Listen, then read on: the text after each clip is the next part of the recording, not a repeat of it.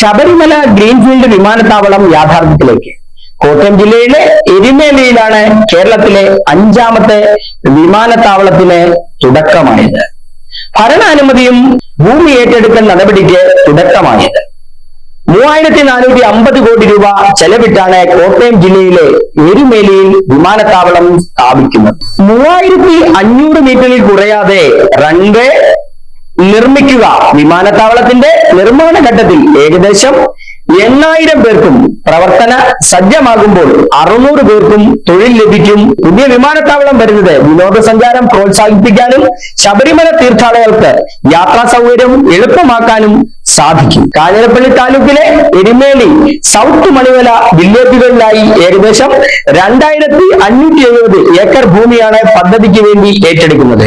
2013 ഭൂമി ഏറ്റെടുക്കൽ നിയമം അനുസരിച്ച് പദ്ധതി നടപ്പിലാക്കാനായി 245 പേരുടെ ഭൂമിയായിരിക്കും സർക്കാർ ഏറ്റെടുക്കുക.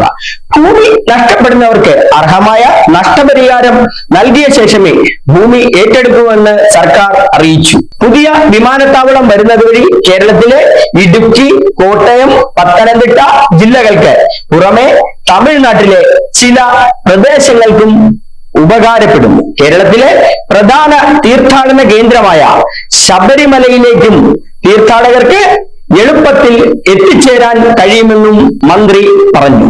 പമ്പയിൽ നിന്ന് 50 കിലോമീറ്റർ സഞ്ചരിച്ചാൽ ഇവിടെ എത്താം. വിനോദസഞ്ചാര വ്യവസായ മേഖലയ്ക്കും പുത്തൻ ഉണർവ് നൽകാൻ പുതിയ വിമാനത്താവളം വരുന്നത് വഴി സഹായിക്കും. കോട്ടയം ടൗണിൽ നിന്നും 40 കിലോമീറ്റർ മാത്രം ദൂരമുള്ളതിനാൽ വിദേശ മലയാളികൾക്കും വളരെ സൗകര്യപ്രദമായിരിക്കും ഈ വിമാനത്താവളം. അതുപോലെ തന്നെ കോട്ടയം, പത്തനംതിട്ട ജില്ലകളിലെ വിദേശ മലയാളികളുടെ യാത്രാ പ്രശ്നങ്ങൾക്ക് ഒരു ശാശ്വത പരിഹാരമായിരിക്കും ഈ വിമാനത്താവളമെന്നും മന്ത്രി പറഞ്ഞു. ഉത്തർപ്രദേശാണ് നിലവിൽ 5 വിമാനത്താവളമുള്ള ഇന്ത്യയിലെ ഏക സംസ്ഥാനം.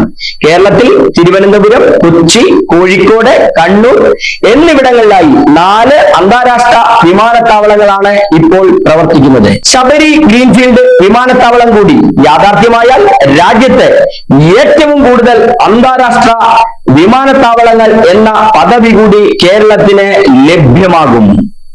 സാക് ന്യൂസ്, തിരുവനന്തപുരം. നേരിന്റെ വാർത്തകൾ നിങ്ങളുടെ വിരൽത്തുമ്പിൽ എത്താനായി സാക് ന്യൂസ് ചാനൽ സബ്സ്ക്രൈബ് ചെയ്തും ഷെയർ ചെയ്തും ഒരു ശരിയായ മാധ്യമ നിലപാടിന് നിൽക്കാൻ ഞങ്ങൾ നിങ്ങളെ ക്ഷണിക്കുന്നു.